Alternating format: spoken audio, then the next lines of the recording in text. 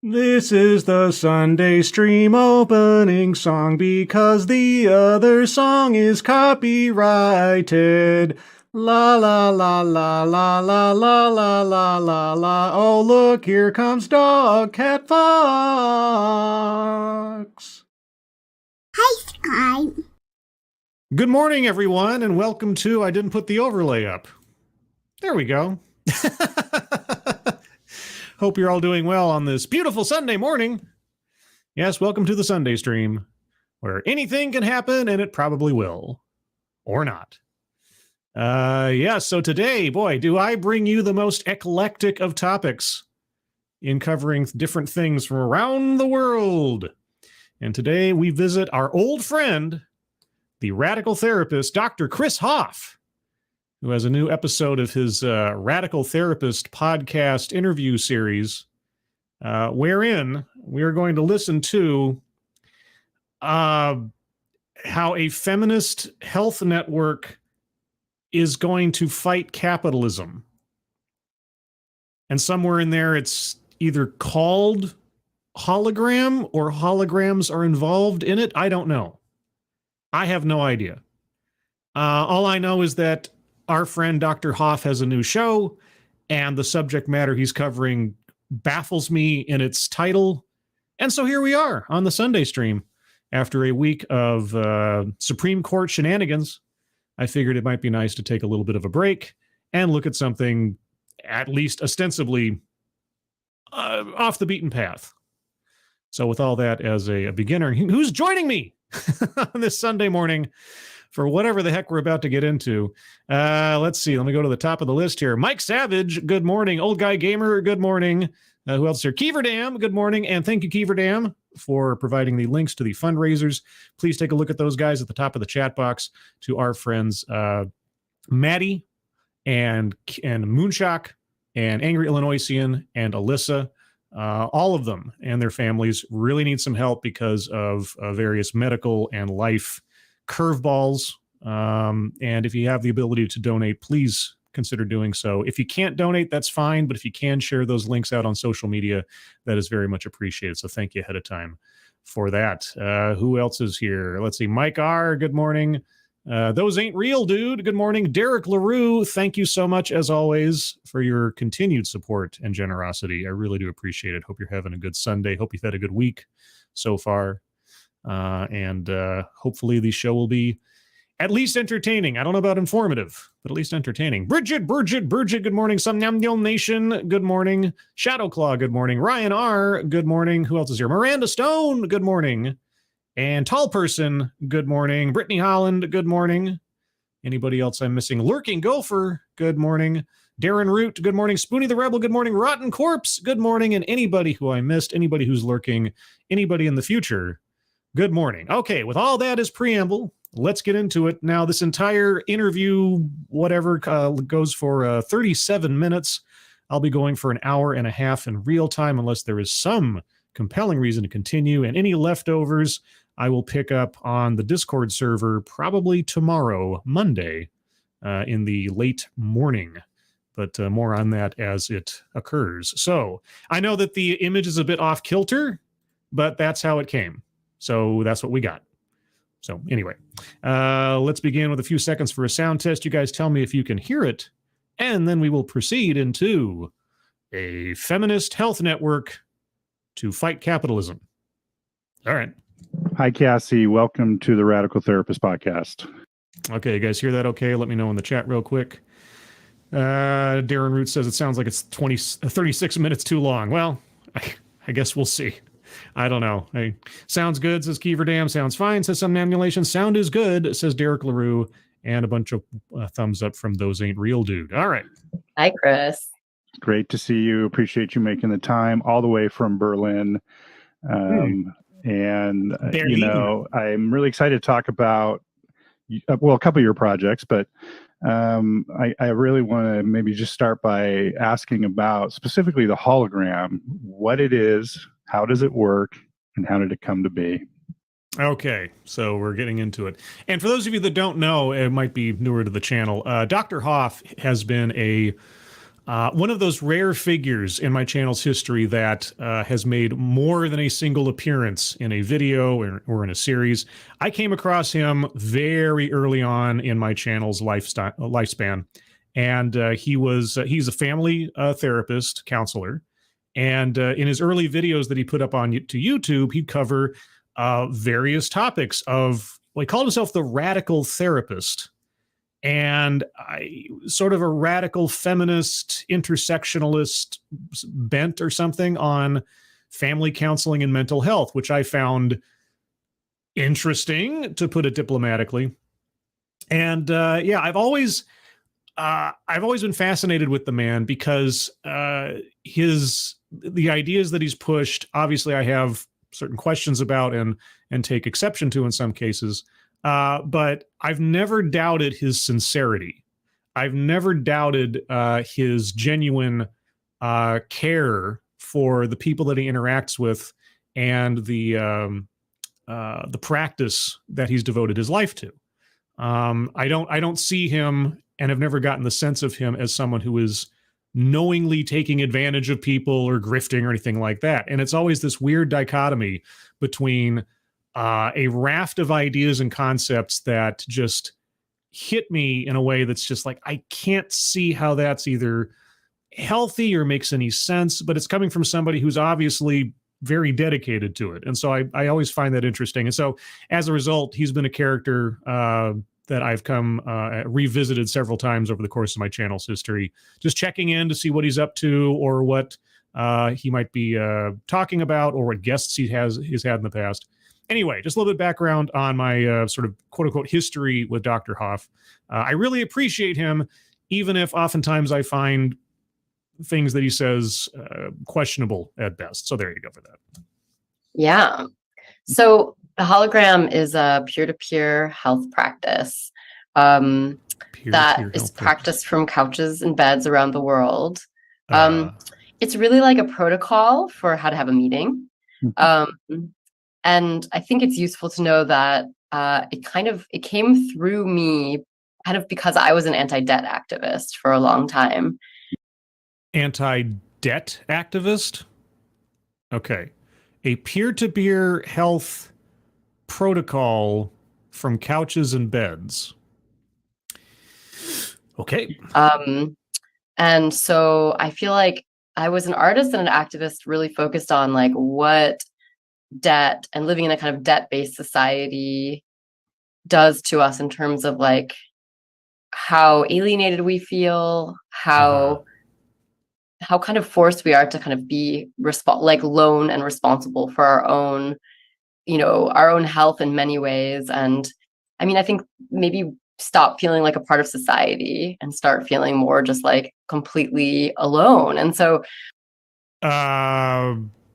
so one shouldn't be responsible for their own health choices and what? Yeah, I think I was kind of an expert in reporting on what debt was doing to people. And I came up with like lots and lots of ways to investigate that. And I was really wishing for a kind of antidote. And an antidote to debt? I mean, sometimes it's unavoidable, I suppose, but most times it's a result of your own choices. So I was really, really excited to research like lots of different anti-debt movements and what those anti-debt movements manifested.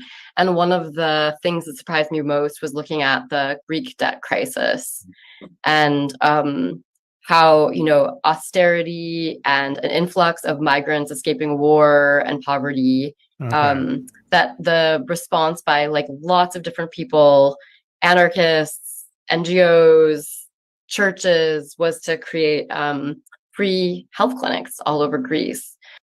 Okay, so we're not just talking about individual debt, although that's part of it. You're talking about like widespread sort of national debt, economics and such. Okay, well, this goes completely outside my wheelhouse because I'm just a mere English major, so I'm going to be floundering here a little bit when it comes to saying much of anything responsive. But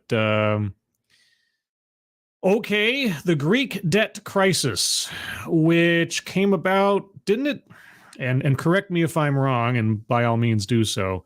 Wasn't the Greek debt crisis a direct result of the housing crash in 2007, 2008? The sort of the too big to fail knock-on effect of all the banks going down. Yeah, I mean, there's a lot to be learned, and some things that still haven't been learned from that event, both culturally and legislatively. But okay, so she's a debt activist, and so free clinics. Well, here's the thing: nothing is free. There is nothing that is free. It may not cost the person walking in out of their pocket. That's true, but somewhere, somehow, somebody's paying for it. And so I heard it almost like a rumor that there was this one clinic that was not only giving free care to anyone that walked in, but they were also giving, like, they wanted to experiment with giving non-hierarchical care. And so this was the Social Solidarity Clinic in Thessaloniki. And I really did hear like a rumor, and eventually went to Greece to try to figure out who this was that was doing it and what they were up to. Because all I heard was that as a patient, you would go in and you'd be seen by a doctor and a social worker and a therapist at the same time. And that Wait. Non-hierarchical care. When I think of hierarchy of care in like a hospital, I think of triage. Right, you have to assess which patients are in the most need of attention now. You know, someone with a gunshot wound versus a paper cut kind of thing. What does non-hierarchical care mean, I wonder? I'll back up a little bit. Was doing it and what they were up to, because all I heard was that as a patient, you would go in and you'd be seen by a doctor and a social worker and a therapist at the same time, and that those people would interview you all together. And that sounds like chaos. A doctor, a social worker, and a therapist all at the same time? Oh, what if I just have like, I fell off a ladder and sprained my arm? Why do I need to talk to a social worker or a therapist? And I mean, if everybody's volunteering their time, okay, all right. Blew my mind. Yeah, it blows my mind too. From an American perspective, like, how far could we get from what we experienced? And this meeting was supposed to be like 90 minutes long. What? And then at the end of the meeting, as the rumor went, and as I found to be true, the person receiving the care was led to sort of say what they wanted and what they thought they needed after they heard themselves speak about their physical and mental, emotional, and social well-being. And so but if I knew what I needed, I'd be the doctor. Wait. Okay, and I would love to ask if this is a scenario that happens. So I fall off a ladder and I break my ankle. Okay, let's just say for the sake of argument, I'm taken to the hospital. This free clinic.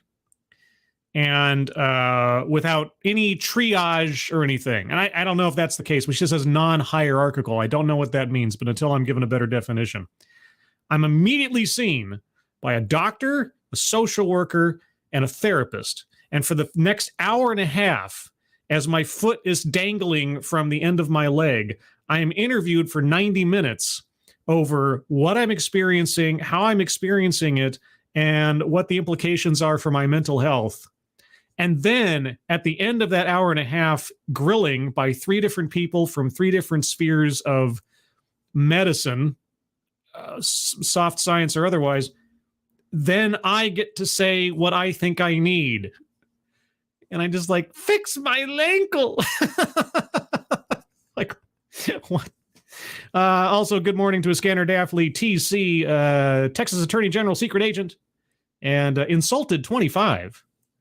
Is it Insulted 25 by 2025? Like you have 25 insults, but sorry, that's a joke to a previous Sunday stream. Okay. All right. I get to say what I need after I've heard myself talk about myself to 3 people grilling me. So that type of support just kind of blew my mind. And that influenced like lots of different experiments over the years. A lot of times I kind Oh, and Robert Pincus. Thank you, Kiefer Dam. Also, Super Koopa TV. Also, Darren Root. Hello, hello. of used my practice as an artist as an excuse to practice this. So I would say What? like, I've got this art show at a nonprofit space. They can't really pay me for my work, but I could accept an exchange where we could experiment with my idea. Mhm. So lots of different What? experiments happened over time. Lots of cooks have been in this kitchen. And then I think the other really important part of this is that I moved from Oakland, California, where this idea kind of first was born to me, to the middle of nowhere in Canada, which is actually really the middle of somewhere. It's called Thunder Bay. Thunder Bay? Wait a second. No, no, that was Danger Bay. Oh, wait. There was an old TV show. It was like this family drama / adventure thing. I think it was called Danger Bay. And I remember seeing ads for it back in the olden days. Thunder Bay for a second there. I was like, it wasn't, oh man, I'm digging through my memory. Was Graham Greene an actor on that show? Am I misremembering that? I'm pulling from like 1987 or something in my brain right now. But anyway, okay, so I'm going to back up a little bit because I have no idea where this is going. Okay, so she put on a nonprofit art show, but since she's not getting paid, she decided to do an exchange of services. Like barter? What? I moved from Oakland, California, where this idea kind of first was born to me, to the middle of nowhere in Canada, which is actually really the middle of somewhere. It's called Thunder Bay. And well, if it's the middle of somewhere, why did you say it's the middle of nowhere? Well, I got to work in Indigenous, like kind of queer, Indigenous and Two-Spirit feminist street patrol in one of the most dangerous parts of Canada. Whoa. Okay, feminist, queer, Two-Spirit street patrol? Okay. Probably the most dangerous part of Canada. Thunder Bay is the most dangerous part of Canada. I don't know anything. Look, I mean, for as many Canadian friends as I have and a couple of times that I've been to Canada, I don't know much about Canada. Is Thunder Bay the most dangerous part of Canada? I would have thought Danger Bay would be the most dangerous part of Canada, but maybe it's Thunder Bay.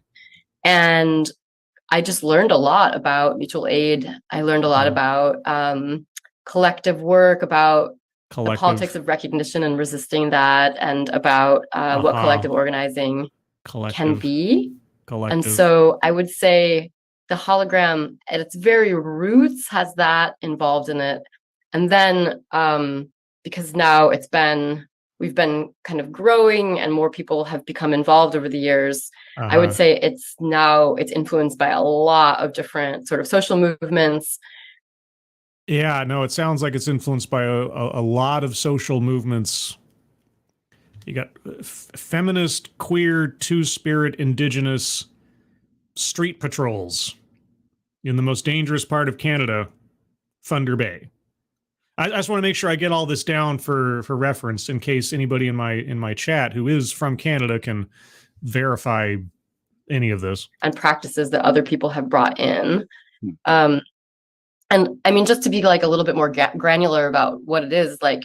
Oh, please, by all means, be more granular. I mean, and I'm being sincere. This is all too high-minded and broad for me to even understand what is going on. Okay. Yeah, Basically. Like, I do it, and maybe I can just explain how I do it. So I think of, in the model, there's one person asks for support from 3 people. Okay. One person asks for support from 3 people.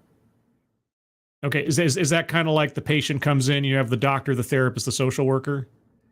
All right. So one person needs a trinity of support. Okay. And we call that person a hologram. So I'm a hologram. I know.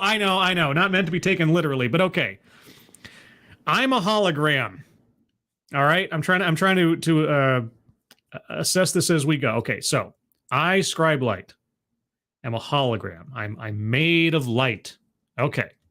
Like 3 years ago, I invited 3 people that I know Uh-huh. to meet with me regularly. Okay. And those 3 people mostly meet with me. We all meet in a group. They mostly ask me questions. Okay, so on a regular basis, you have 3 people you know come to you to talk to you about you. I mean, you know, nice work if you can get it, I guess. And one person asked me questions about my social health. One person asked me about my physical health. And one person asked me about my mental and emotional health. Okay, so we're back to the doctor, the social worker, the therapist kind of thing. Okay, and Mike Savage brings up an excellent point in the chat, and I'm ashamed I didn't say it first. Where's the letter H on her forehead? She lies. Yes. Now, the first person in the chat that can identify what Mike Savage is referencing and give the name of the character to whom he is probably most directly referencing gets a no prize. Oh, Advocatus Diaboli got part of it. She is Rimmer. Yep, Advocatus Diaboli got the two-parter, Red Dwarf and Rimmer. And if you've never seen Red Dwarf, oh man, I cannot tell you how I look forward to where I lived. Every year they'd have a marathon on PBS as part of their fundraisers. And PBS was always doing fundraisers, but every year they'd do a marathon of all the Red Dwarf episodes available at the time on PBS. And I would be glued to my TV all day from season 1 through however many seasons they had at the time. Such a great show. If you've never seen Red Dwarf, look it up. It's amazing. It started to get a little janky in the later seasons, I thought. A little bit, but it always still maintained its quality in those early seasons, especially. Oh, so good. Anyway, all right. So this model is I am a hologram for some reason, and I have 3 people to cover my physical, mental, and emotional health, talking to me about me once a month, once a week. Something. Okay. And there's a whole ritual around it. The meeting is like Yeah. a protocol. Like it has a beginning, a middle, and an end. It's quite structured. There's for example, we do a kind of small somatic piece at the beginning, and at the closing, we do like reflections and feedback from the people that are asking questions. We call those people the triangle. I was close. I said Trinity earlier, but okay, it's the triangle. So the hologram meets with the triangle for a ritual of self-checking. We are building some kind of lore here, everyone. Okay, the hologram meets the triangle for a ritual of self-assessment, let's say. Okay. And my job as the hologram is not to reciprocate what I receive. I don't. My job as the center of the universe is not to give anything back to the people that are there to service me. Oh man. Oh, if this pans out, we got to try this. We got to try this on a stream or something. I got to get like Monkey, Satsu, and Sinatra to be my triangle, right? And they can choose whether they want to be the doctor, the therapist, or the social worker. And then this would be great. Oh man. Oh, this sounds like a project. Don't turn around to my triangle and say like, thank you so much. How are you? Mm-hmm. My job is to make sure that they have support that they want. And so like the sort of secret theme of the project is making sure the people that give care are cared for. And so wait. If you're not reciprocating anything in the course of this ritual, how are they receiving care? If it's not your job as the hologram to reciprocate to the triangle, the kind of feedback, the kind of questions, the kind of, sense of empathy or anything that they're showing you, how do they receive care in this process? Because it all seems very focused on the hologram, as you've stated. So it's a negotiation. So do they want triangles? Do they also want to be a hologram like me? Or okay, so everybody just takes a turn being the hologram, is what you're saying. All right, so you got 3-on-1, and then somebody switches off, and then someone's no longer the therapist. Now they're the hologram, and the hologram becomes the therapist, or everybody does musical chairs and switches roles or something. Is that it? Or do they want something else? Like one of my triangle members has a sees a psychoanalyst 4 days a week. He doesn't want anything else. Yeah. I mean, once you've seen a psychoanalyst 4 days a week, who could ask for anything more? And that's totally okay, but we have to have those conversations. And so the project kind of grows virally that way. At least hypothetically. I think we've learned a lot about how it grows, and it's much more complex than this sort of systematic approach, but that was kind of like the seed of the idea. Wonderful. Yeah, that's wonderful. Okay. Oh man, no, I'm excited to try this out. I'm excited to try this out. I should pitch this.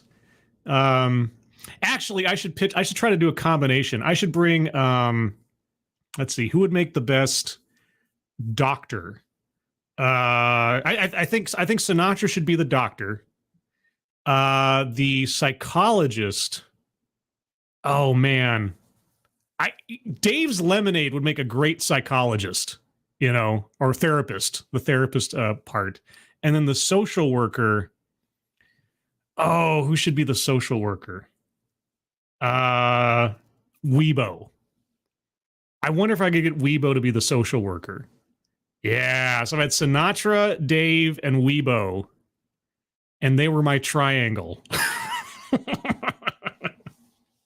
And I got to be the hologram. Oh man, that'd be great. That would be great. And then we switch off.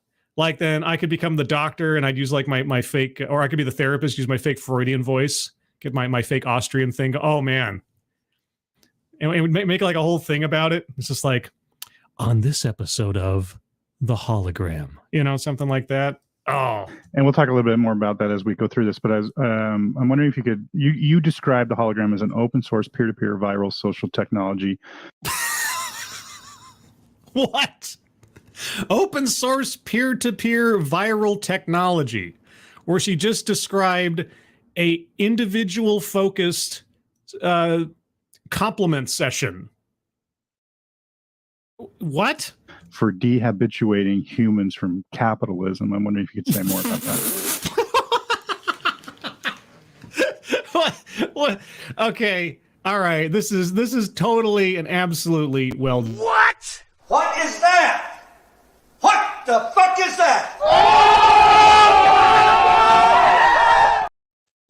Let us listen to all of that in its fullness one more time. Okay. Let's get to the point. Okay. About that as we go through this, but as I'm wondering if you describe the hologram as an open source, peer-to-peer, viral social technology for dehabituating humans from capitalism. I'm wondering if you could say more about that. Yeah, please. Yeah, I think there's a lot of layers to that. There are more layers to that than your standard Walla Walla onion.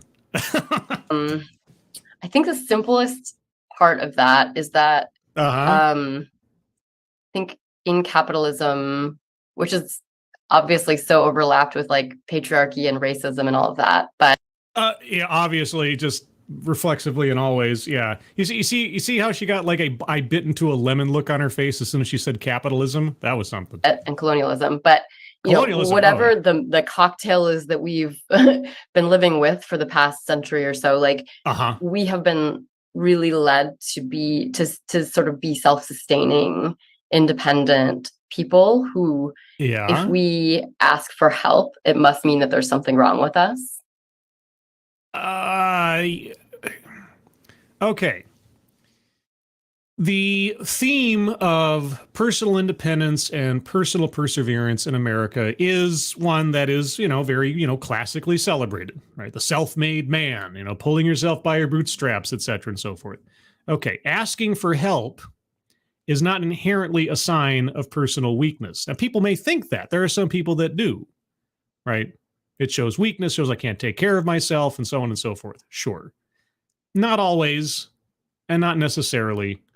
And being on a team or, knowing and having the knowledge that you are not an island unto yourself is not an admission of fault. But yeah, sure, there are personalities out there that have a hard time with that, but it's not a hard and fast rule.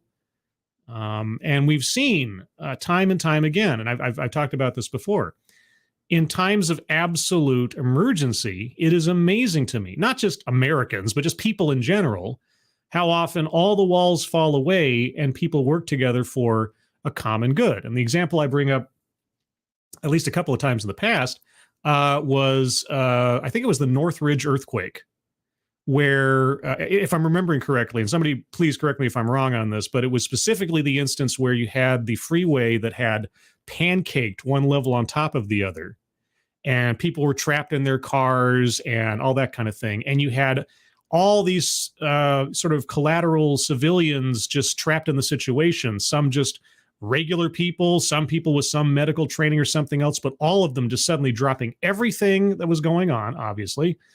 All pretense, all barriers of social strata or whatever just went away, and everybody pitched in to help save people, regardless of where they came from or what the situation was or anything. And it's one of those examples of just, in a time of strife, people know help is needed and they give the help they can. And that's always something that I found very admirable about human beings in general, but also just in the examples that I'm, directly familiar with in America, as a sense of unity, as a sense of neighborhood, let's say.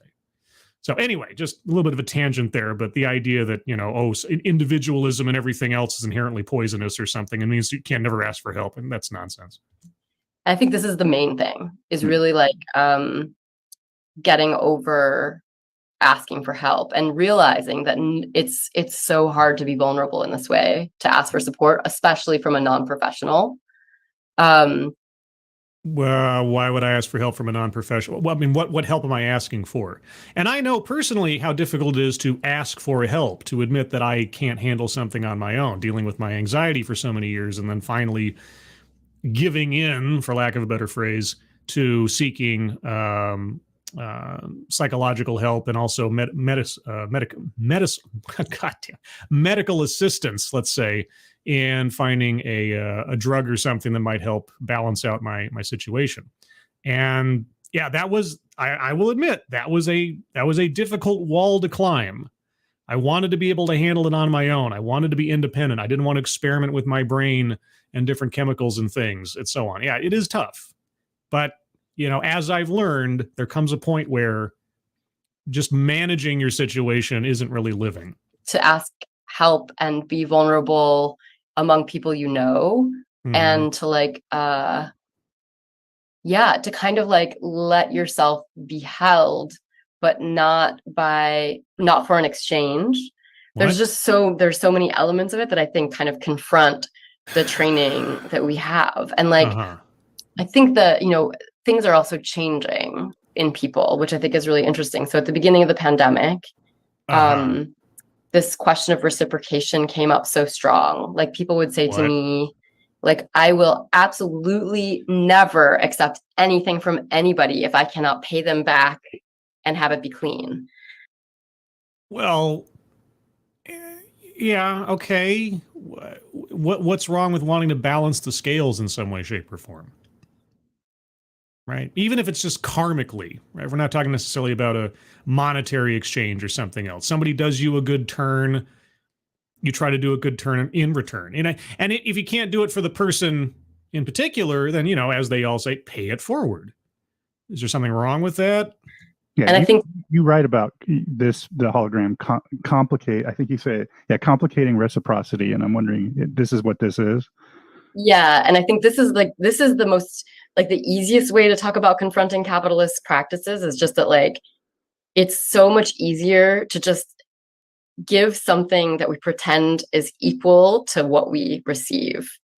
And that is much easier to us than it is to just receive and then have to figure it out after.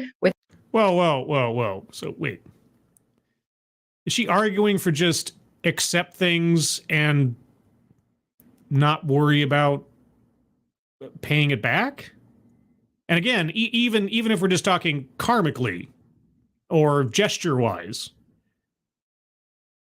What? Without feeling a kind of shame-filled debt. Oh, that kind of debt? Wait. You want to eliminate the debt? The sort of... Okay. I take great exception to that notion, okay? Because again, if someone does you a good turn, right? Not necessarily because they have to, not because it's part of an agreed upon exchange of services previous, or I'm already a customer or a subscriber and this is just expected. So if someone does me a good turn of their own free will, out of the goodness of their heart, whatever else, even if I cannot reply in kind to that person for whatever reason, why is it wrong to then want to or feel inspired to carry that same sentiment forward to someone else or to a different situation? So I shouldn't feel a sense of, again, either moral or karmic obligation to do something nice or good for someone else after someone's done something nice or good for me. I should fight against that instinct? Is that what I'm hearing? And I think like most people at the beginning of this project, the first response is also a problem of capitalism. People are like, I don't have time for this. What? The second thing was like, I will never give something. I mean, I will never receive something without giving something back. Because what's wrong with what? Okay. If I am understanding her correctly, she is advising against going along with the instinct of redress. Right? I mean, time for this. The second thing was like, I will never give something. I mean, I will never receive something without giving something back because I don't want to be a burden to anybody.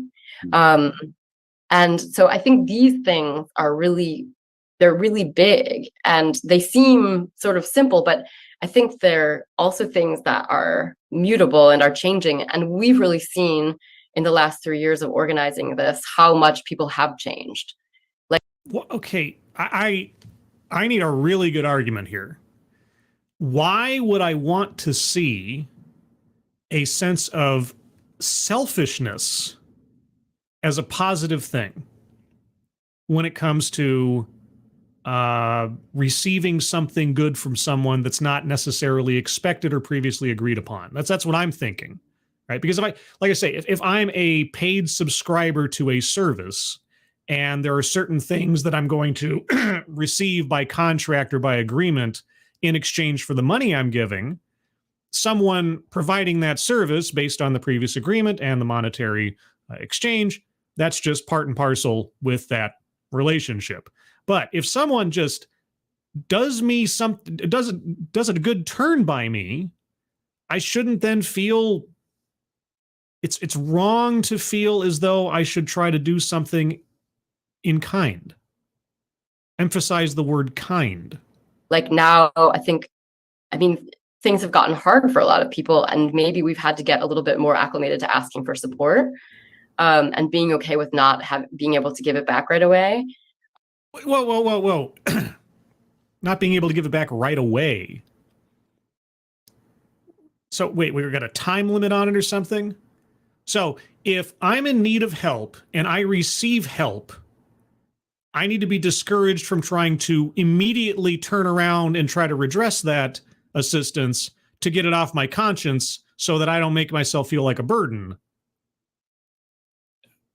Well, okay, if I can't return the gesture that minute, can I do it a day later or a week later? Can I still have that sense of, I don't know how to put it, honor about, trying to balance the scales of someone doing right by me or what? And so we don't get confronted in those ways. And so I think it's interesting how, I mean, I really believe that, like, as we change, we will change also the nature of capitalism. No. I don't know that we're gonna bring it down just simply by changing our behaviors, but it's really interesting to watch it mutate, and to kind of take ownership of it over it a little bit. I have no idea what any of that's supposed to mean. So accepting and not returning will bring down capitalism?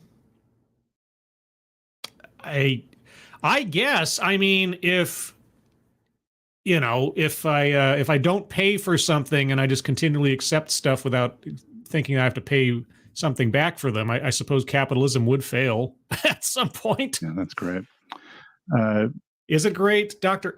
And this okay, of all the things that I might have complimented Dr. Hoff on previously, one of the things that in the interviews I've seen of his over the course of time, except in a couple of instances, I mean, I did give him credit at the time. He tried, at least in soft tones, to hold his subjects' feet to the fire on certain questions, although it wasn't so much a fire as it was sort of like a warm blanket. But generally speaking, he'll just sort of move on to the next question, give some kind of affirmative response of that's great, or that's fascinating, or I really like that, or something, and not really go any deeper or try to get some clarification, because I'm not quite sure I understood most of what she said, and the implications of what she did say, if I'm interpreting it correctly, sounds just absolutely unworkable and bizarre. But we'll see what Dr. Hoff has to say. Trust is paramount to the hologram. I'm wondering if you could say more about how trust and how you describe how everything's going to works out. Everything that's going to work out works out. Que sera, sera. Whatever will be, will be. Yeah, it's gonna work out. Yeah.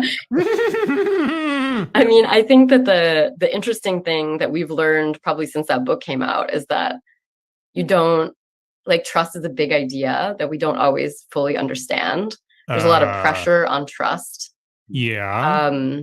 Yeah, attaining it, maintaining it, having it in another person. Yeah, no, it's a big deal. I'll grant you that. When we first started teaching hologram workshops and courses, and we would talk about trust, just by talking about trust, people would flip out and be like, I don't trust you. I don't trust this. Why should I trust this? And we're like, no. We're talking about trust because we want to understand what trust means. But also then, like, actually, I think you could do this project at a certain level without trust. And trust. Let's see. How could I, without a dictionary in front of me, define trust? A sense of reliability in a person or a process. That is my off the cuff, back of the napkin definition of trust. Right? It's a sense of reliability. It's not necessarily a guarantee, but that's what trust is, a sense of reliability in a person or a process. How do you gain that sense of reliability? How do you have that demonstrated to you to where you actually acquire a sense for a person or a process? Well, that's experience and interaction and testing and all that kind of thing. And it's all relative to the situation at hand. How much do I trust this person to be able to tie their own shoes versus how much do I trust this person to be able to sew up a knife wound? I mean, these are different things. But, okay, yeah, someone having skepticism in your process doesn't mean they can't trust, but they have to gain trust, and you have to gain their trust by showing that there's something to be having a sense of reliability over. So anyway. it might still be okay. And I think that, like, that is interesting. Like, there's a certain amount of of this project that I feel like is meant to challenge this hyper individuation that we have experienced, where, like, my problems are so different and so heavy, but also I need to keep them hidden and private. And so I have to really trust the people around me to be able to hold it. And I think, meanwhile, a lot of us are going through stuff that's very interrelated. Yeah, you're talking about like a support group. right? Somebody comes to a situation and their life, their world, their experiences are all contained in a tiny little bubble, and they feel like they're all by themselves, and nobody's going to understand. They don't want to burden anybody with their problems and so on and so forth until they actually start talking about their problems within a group of people who have had similar experiences or going through similar things, and they find that they're not alone, and that what they're going through, what might be very important to them, but is very common otherwise, and so on. And you're not, yeah, okay. I've heard this all before. It's nothing new. Okay. So what does this got to do with anything? What does this have to do with holograms and triangles? Many of our struggles are very parallel. Yes, because we're all human beings. And you can draw parallels between so many things because there's a limitation to human experience. And so I'm not sure that the same level of like trust is needed if we kind of assume that we are in this together, struggling with quite similar stuff. If you're talking about a common sense of humanity one to another, sure, that would be a beneficial thing for most people to take on ahead of time before they, respond to someone or speak to someone or whatever else, that kind of thing. Sure, okay. I can get on board with that sentiment. A little bit more of basic empathy and a benefit of the doubt would be helpful in this day and age, certainly. Of course, it's useful, and maybe trust grows over time, but maybe trust grows over time.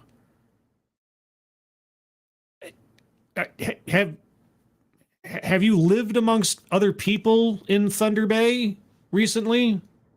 Maybe trust grows over time.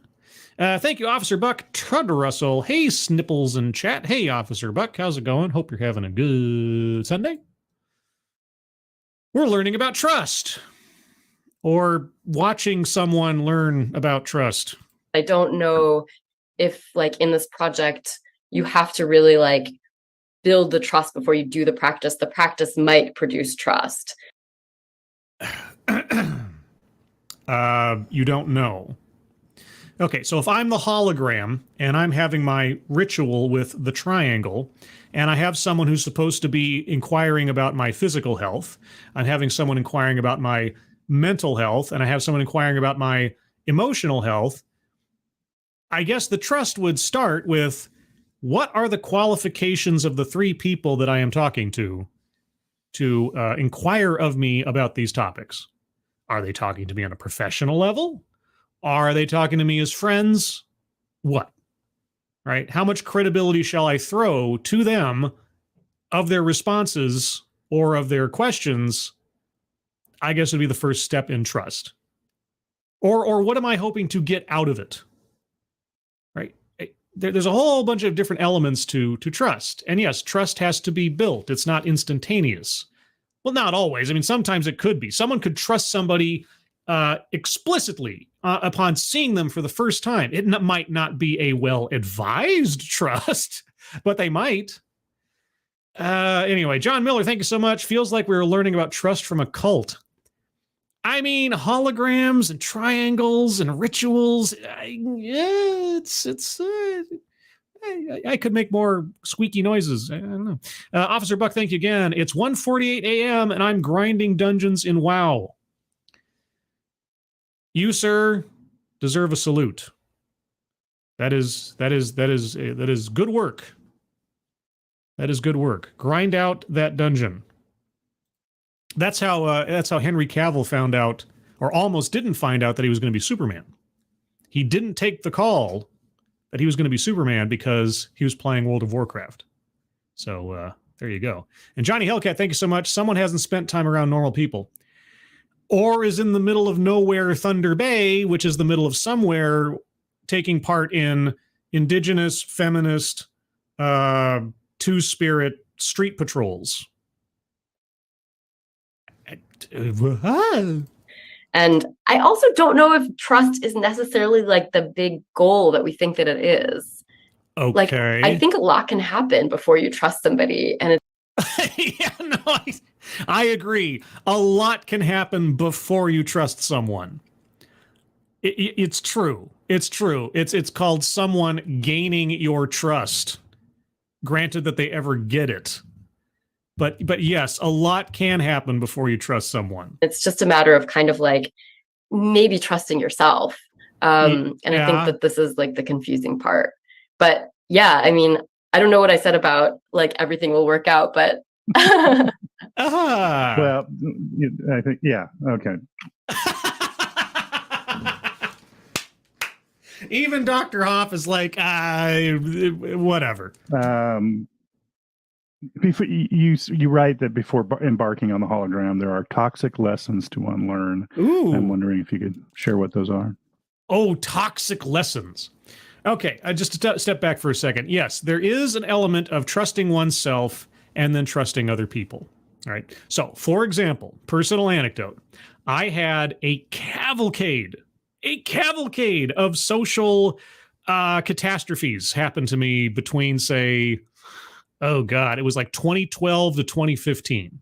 Like over the course of 3 years, every couple of months, some absolutely disastrous thing would occur in my social life. And sometimes I'd be on the collateral fringes of it. Sometimes it would be direct. Either way, happened a lot. And as a result of this constant barrage of just, why did you do that? Or how could this person do that to them or to me or whatever else?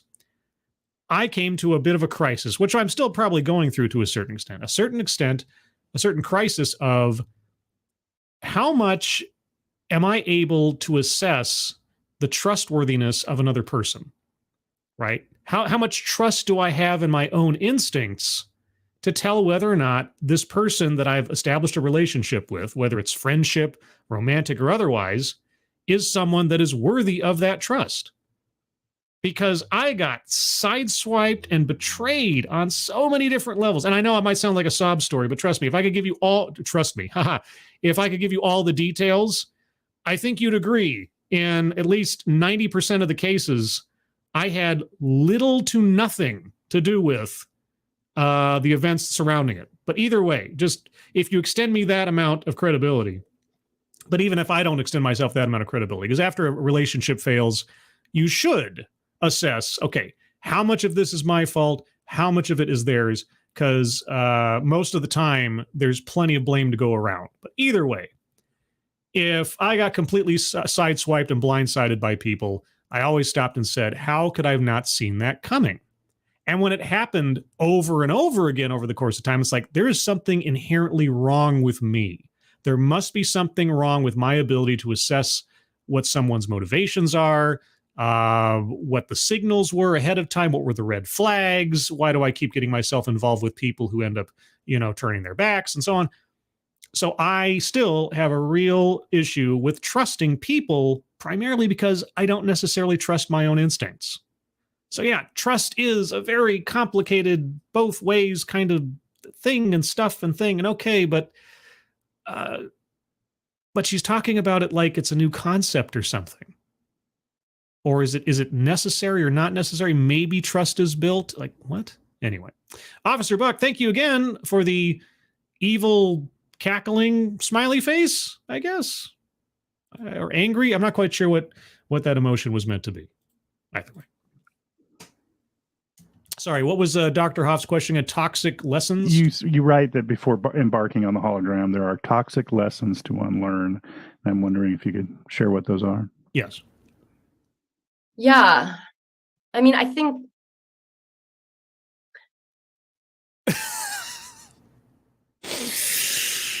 you wrote the book. The biggest one is, yeah, it seems to me to be yes. Yes. Yeah, like yes. What is the first toxic lesson to unlearn? Kind of what I've been saying about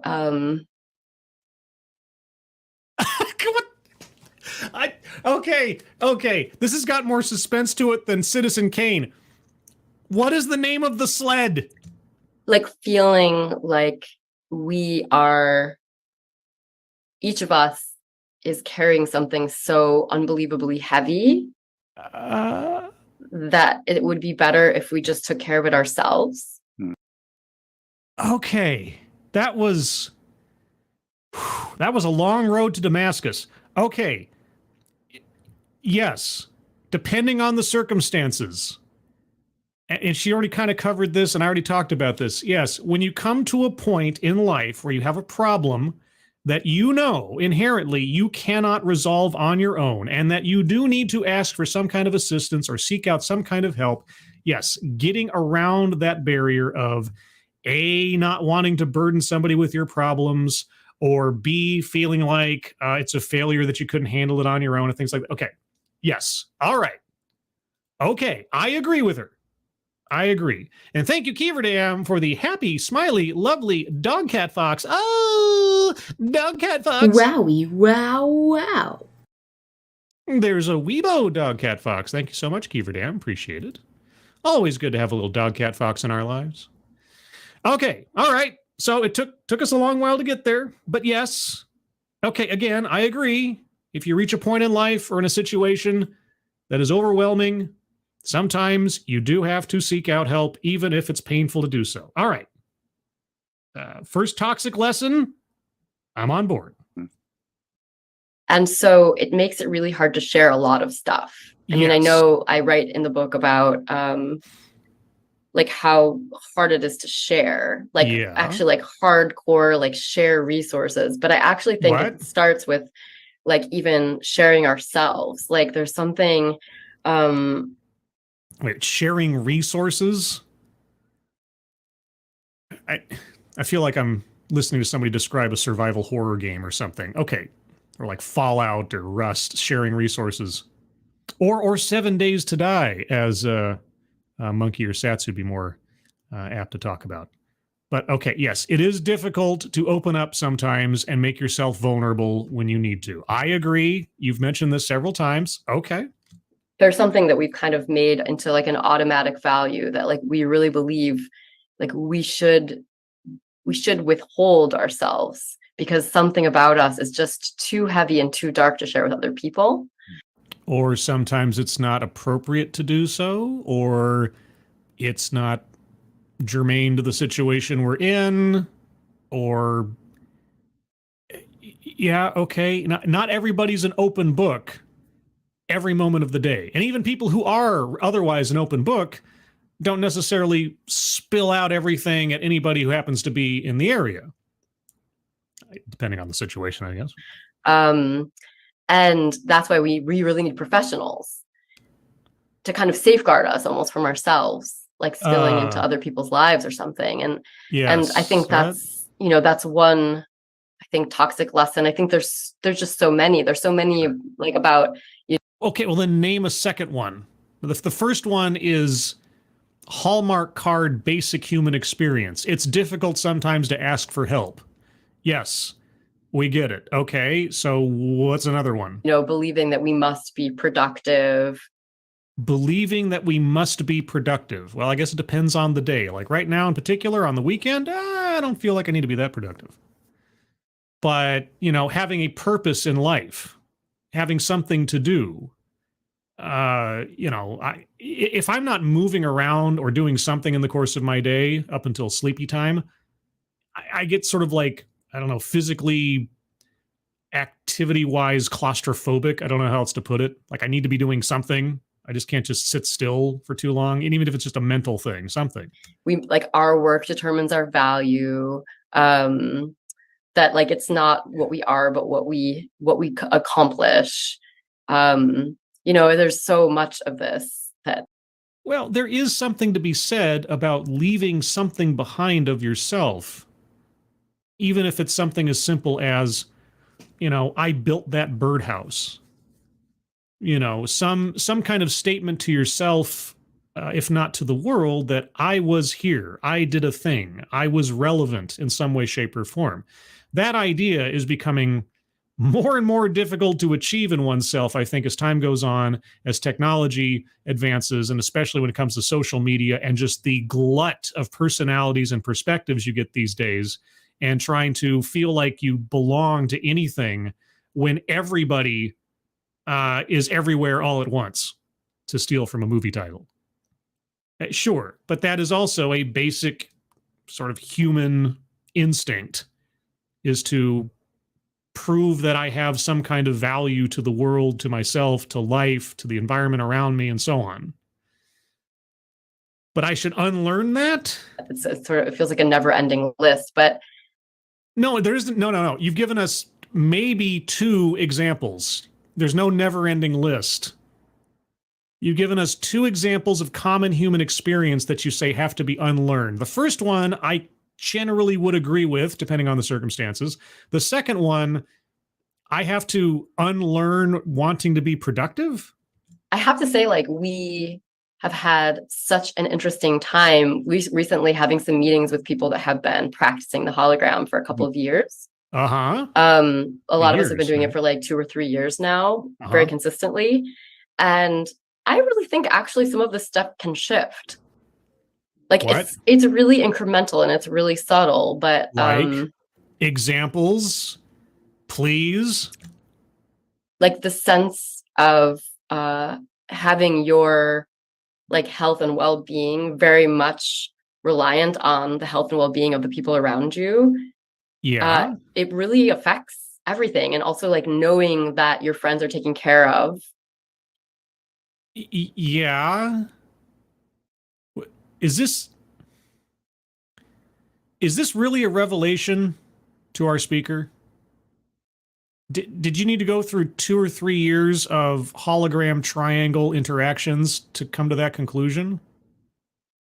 Which in the system, if it works as it's supposed to, like your friend, the people around you are taken care of. Like it does sort of cut off the sense of personal responsibility and like, you know, sort of individual heroicism that can be really live in sort of like the world of care and activism and all that. And I think it does sort of start to shift things for us over time. Whoa. So, wait. Let's see if I can understand this.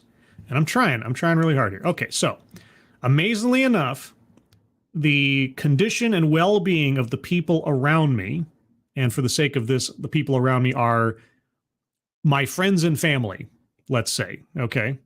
Or even just the guy across the way, the next door neighbor who I don't even know his name, but you know, if I hear him coughing every night because he's sick or something, I'd probably be better off if he was well than if he's not, right? Just for the sake of my own morality or ability to sleep at night when they're coughing. Okay. So I'm better off when the people around me are in good shape. All right. Okay.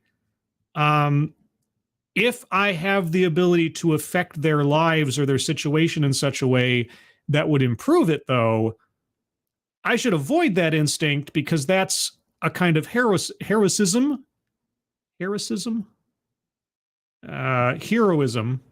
that should be avoided. Because why?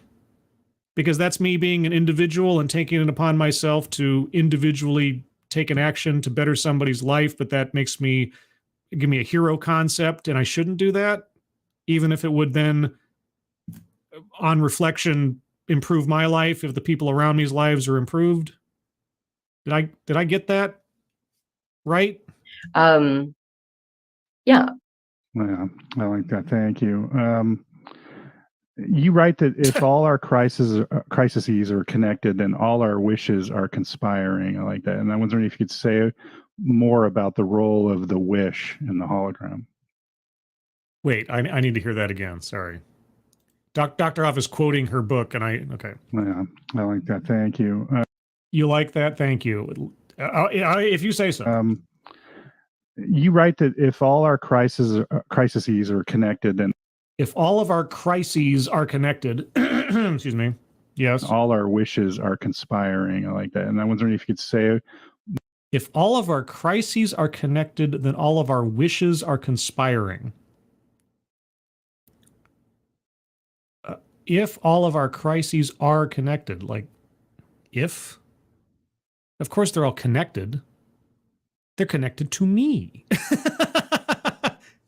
Because if I have a crisis in work and at the same time I have a crisis of a tummy ache, of course they're connected because I'm the one experiencing them.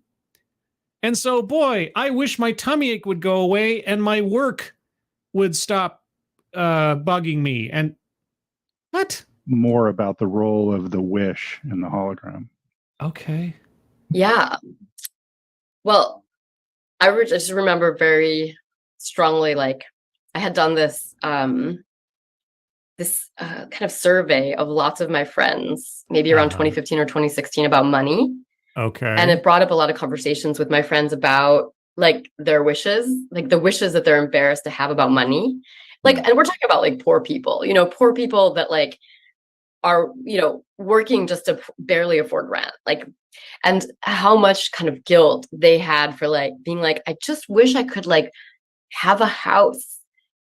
Oh, yeah. I mean, if ever there was a wish in life over that you should have guilt for, boy, could I have my own home? Oh, gosh, I really shouldn't hope for such things. That's terrible of me. What? Where I could like grow food and like have people come visit me. Yeah, what a terrible desire. Is that how she's classifying that? That's something I should feel guilty over? Or I would hope she wouldn't say I should feel guilty over wishing to have my own home. And like not have to worry about losing it all the time. And then they would feel guilty about it. Okay, yes. No, I agree. That is a silly thing to feel guilty for. And I think the important thing to me was like, why did they feel guilty for wanting their own home? What possible ideology could have driven them to a point where hoping for a better future brings on guilt, I wonder? Seeing like that wish is like, we don't live in a perfect society. We never have, nor will we ever. And like the wish to own property is not like if you could do anything in any world, you would own property. It's like in these conditions, like you might want stability, like you might want something you could share with other people.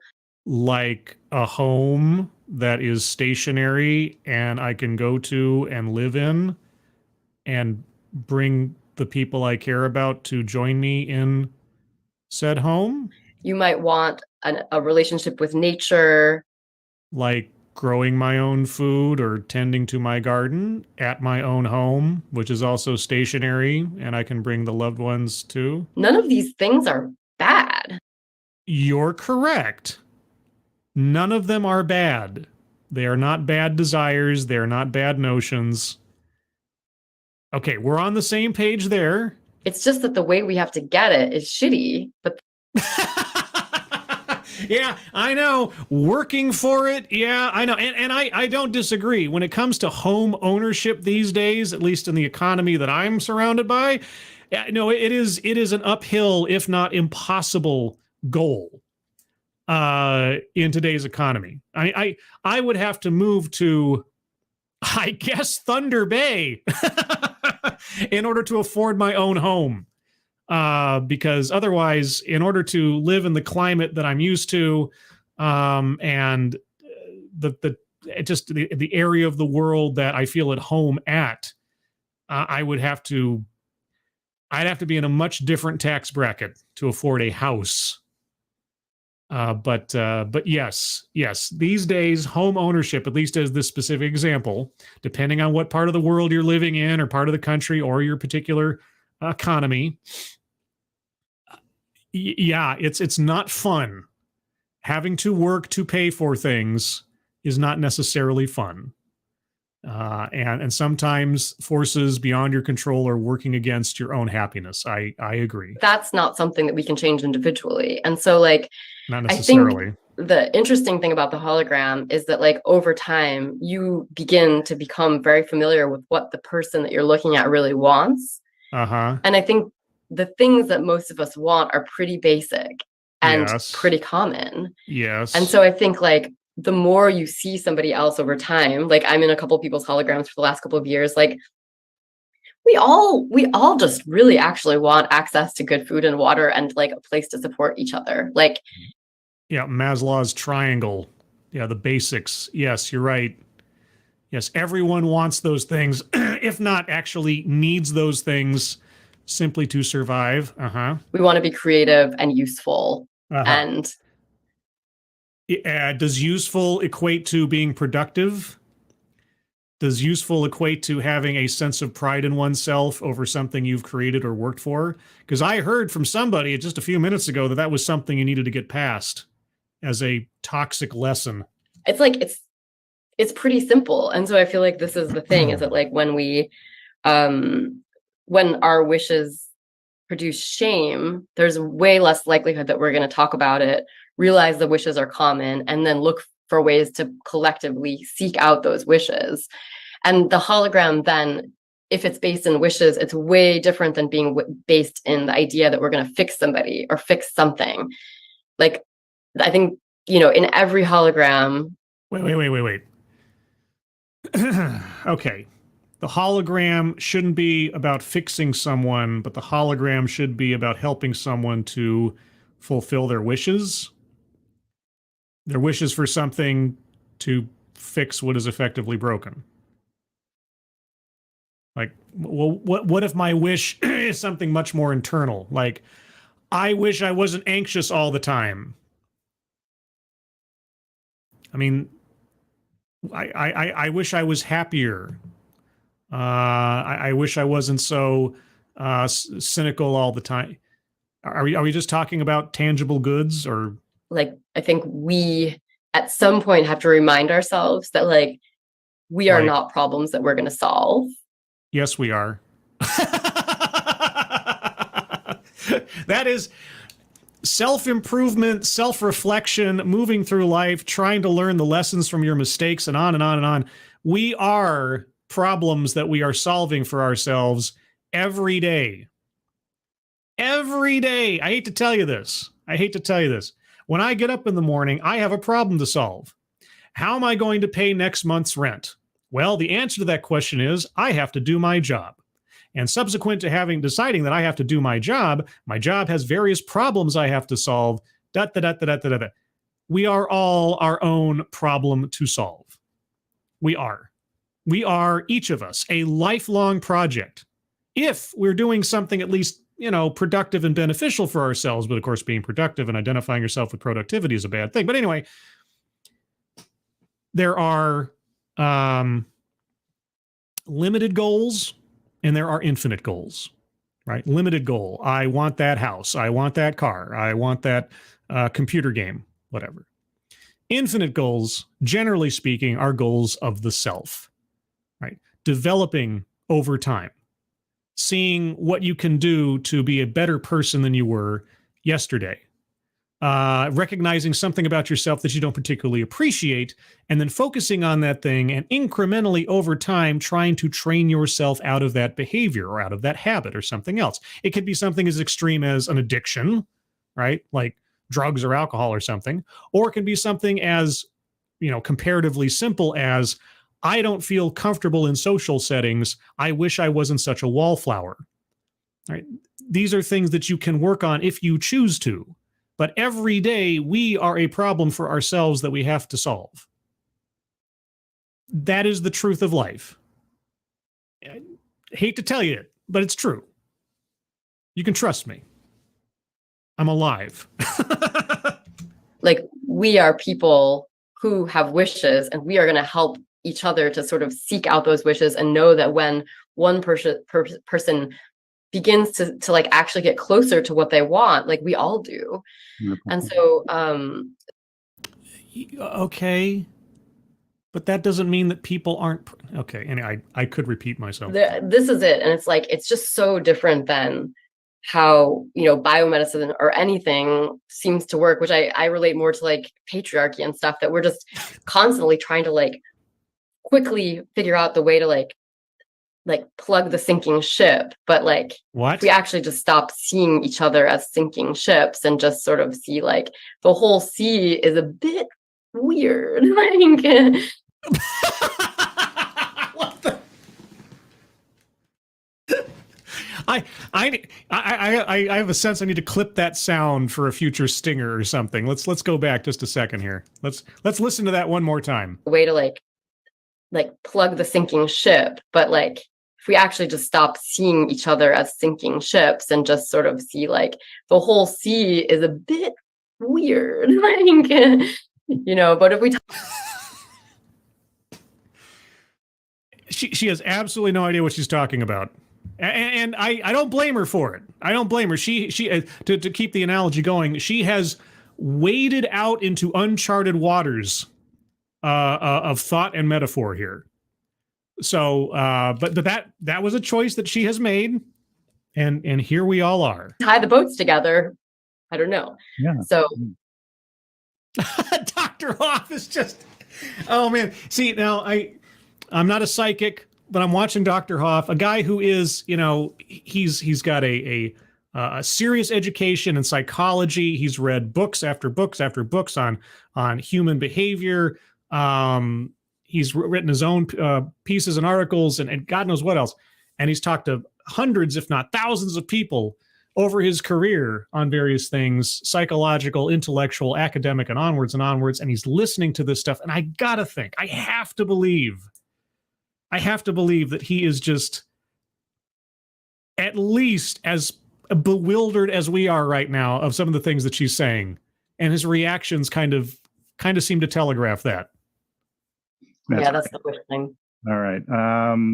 He just wants to get through this at this point, it feels like. You mentioned this a little earlier about how capitalism, produces a sort of time poverty, but you write about how time and how the hologram wastes your time, and I'm wondering if you could say more about that. Time and the hologram wastes your time. I agree. Yeah. I think I think like going into the hologram believing it's going to waste your time is the best bet because well, I mean, if you lower your expectations to the absolute basement, I guess anything you get after that feels like it was worth the effort. it actually like can then I think surprise our expectations for how we might like the depth that we can reach in a short amount of time. Yes. If I lower my expectations down through the floor, then anything I get seems better than what I anticipated.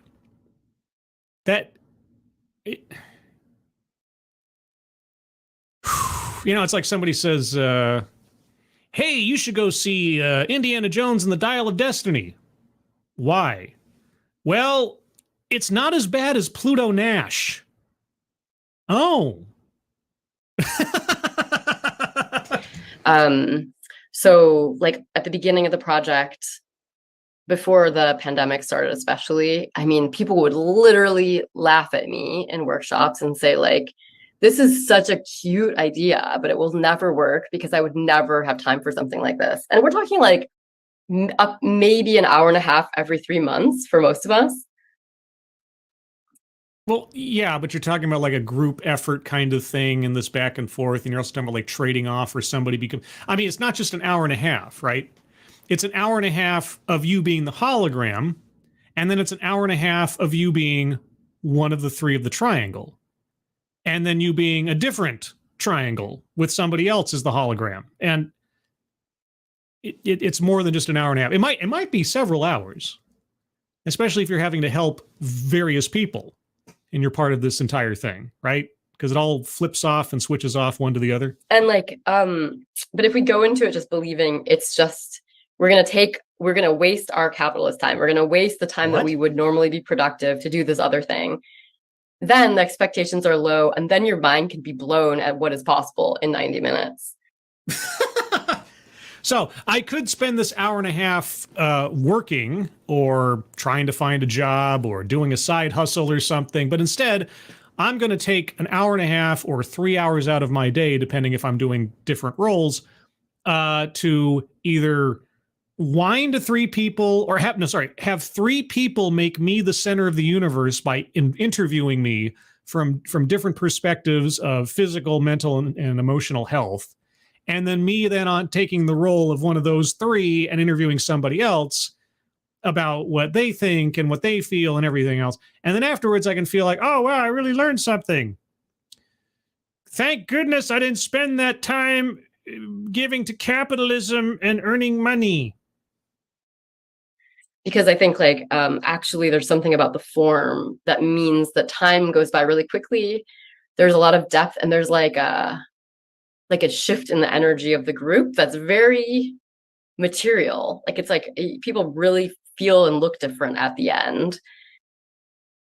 People shapeshift over the course of the ritual involving the triangle and the hologram. There is a whole urban fantasy book series just waiting to be written out of the elements of this entire deal. I swear. And so often when I think like I hear people say like, I don't really feel like doing this right now. Like I don't want to sit in front of the computer. Like I just want to be alone. If you do it anyway, what? It's kind of medicinal. Wait, wait, what? Is she talking about like a Zoom call or something? Oh my god. And I think like, yeah, but you have to somehow buy yourself the way in. She must be, she's talking about the pandemic and everything. She must be talking about like a Zoom call. The whole hologram triangle thing must be an hour and a half long Zoom call. Right? Okay. And so I think like, I've had different relationships to this question of wasting time over the last couple of years. Bye, Scrappy. Enjoy your lawn mowing. I'm sure it's far more productive. Oh, but don't take any personal pride in the work that you do, Scrappy, or showing off that you accomplished something, because that's toxic. Just remember, just blankly and joylessly participate in labor. Just don't be toxic, Scrappy. But I think the really cool thing about time in this is that like we can't really plan very much, but the one thing I know about the future is that I will have my hologram. I don't know much, but I've got my hologram. That may be all I need to know. Like I'm sure of it. I'm sure that I don't know where I will live in 5 years. Well, I mean, Thunder Bay. I don't know like how. You don't know how you'll live in 5 years? I assume breathing and eating like most of us. But as long as there is an internet, I will have my hologram or a phone. What kind of internet do you think we'd have without capitalism? What kind of phone do you think you're going to possess without capitalism? As long as I've got internet and a phone. And that is really interesting. Wait. I don't know how I'm going to live. I don't know where I'm going to live. But as long as I got internet and a phone, I can totally get DoorDash. And I feel like it's like really worth having something that you can plan on when you know that a lot of other stuff is pretty shaky around you. And that is an interesting relationship to time, I think. And we did like we did a LARP at one point with people that were doing the hologram, and we just I used to do LARP a lot. I love LARP. Well, I mean, it depends on the LARP, depends on the setting and everything. I was mostly a Vampire the Masquerade kind of guy, but okay, you did a LARP. All right. So this thing was like, so imagine that you had your hologram that you have now, but you have it for the next 30 years until the year 2050. And so we LARPed as ourselves in 2050. LARPing as myself in 2050. So 22 years from now, I would be 66. LARPing as myself at 66. God, I can't imagine how cranky I'm going to be. I'm probably going to be just like one turned up lemon or something. Anyway, everybody, we're coming down to the bottom of the hour after an hour and a half, and we're 23 minutes into a 37-minute thing, whatever it is. I think it's time to wrap up. I don't know how much more revelation I can take on a Sunday morning. I don't know about you, but yeah. So let's see. For the record, if I need it, 23 minutes and 10 seconds in to the video. I'll take a minute here for anything you guys have to say, and while I'm waiting for those comments or questions to percolate, I'm going also to get the link to the Discord server, because whatever's left of this, I will be covering separately as an exclusive on Discord, probably tomorrow. I'll say Monday, July 3rd.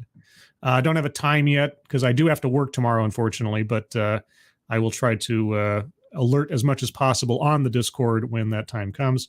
So there's a link in the chat right now to the Discord server. If you're not already a member of the Discord, you can click on that. You'll find yourself on the Say Hello landing channel. All you have to do there is say hello and say the secret word. The secret word will tell me and the moderators that you watch the show. And that tells us that you can join the Discord. And today's secret word is, how about triangle? Yes, today's secret word is triangle. So say hello and triangle, and you can join the Discord server. And at some point tomorrow, on Monday, I'll cover the rest of this. If you're curious, as I know you are, for anything else we might learn from the hologram. Chicago Mike, thank you so much. Did she say the larch? The larch. I don't know. Let's go back a second or three. Let's see here. We did a LARP at one point with people that were... No, LARP. LARP, which is live action role play. That's what LARP means. So yeah, LARP. Live action role playing. Not tabletop role playing, which is different. Tabletop role playing is you're sitting down with some dice and pencils and some paper, that kind of thing. Unless you've got like a diceless system like Amber or whatever, but either way. And live action role plays where you stand up, you walk around, sort of like the space that you're in is the stage you're playing on, and you assume a role and play that role out unscripted usually, and just kind of free flow of acting and ideas and things. Of course, playing yourself is probably one of the most boring ideas and awkward ideas in a LARP, because you're not play yourself. Like, what? No, I'd rather play somebody else. It's the whole point, is to get outside of myself, to experiment with different ideas and different personas and things in a safe space where I can do that, and it's all pretend, it's all fiction. That's the benefit I got out of it. Let's see. Anything anybody has to say here? Otherwise, Kieverdam says, good stream. Well, thank you, Kieverdam. Appreciate it. Scrappy says, I think she's trying to get her own OnlyFans channel. What, our speaker? Super Koopa TV, Scribelight. The answer to what the sled is rosebud frozen peas. Just a handful for the road. Was that actually it? I know the sled's name was Rosebud. But was it like a part of a company brand name or something? That part I must have missed on. Now, thanks, Chicago Mike again. Is Lart so the Larch is a Monty Python reference? Oops, sorry. I have to turn to my nerd card now. Also, triangle like Triangle Man. Triangle Man hates Particle Man. Particle fights, Triangle wins, Particle Man, or whatever, however it goes. Yeah, they might be giants. I remember that one. Also, Istanbul is Constantinople. I love that rendition. Let's see. Anything else, guys, before I wrap things up? Shadow Sonata. I've got a headache just listening to her. Still, good stream. Yeah, like I say, this was Departure Mystery Box. I don't know what the heck this is. Sunday stream, because after a week of constant reading of Supreme Court decisions and everything else, I just wanted something, a bit of an escape. And boy, oh boy, did I escape into on this one. But again, if you'd like to join for more escape into whatever this is, I'll be doing a follow-up for the remainder of this on the Discord server Monday, I don't have a time yet, so if you join the Discord or are already a member of the Discord, I'll give you as much of a heads up as I can as soon as I know what my schedule is for tomorrow, because I am working on the 3rd of July, even though everybody else is taking the day off because my client is open. And if our client is open, then I'm working, as it were. So anyway, everybody, thank you so much for joining me for this bizarre and convoluted Sunday stream. Hope you enjoyed it for what it was. Moderators, thank you for keeping an eye on things, even though everyone here is so well behaved, you have very little to do. Everybody who donated either to myself or to the fundraisers pinned to the top of the chat box, thank you guys so much for your generosity. It is very much appreciated. With that, everyone, I hope you have a good rest of your Sunday and weekend. If you have a 4-day weekend with Monday off and Tuesday off for the 4th of July holiday, congratulations. You're lucky. I don't, but I appreciate the fact that you do. But either way, I hope everybody has a safe holiday, especially with all the fireworks and things that may be occurring. I hope you're all safe and well. If you are not well, please get well soon. And I will see you on the next one. Take care, everybody. Bye-bye.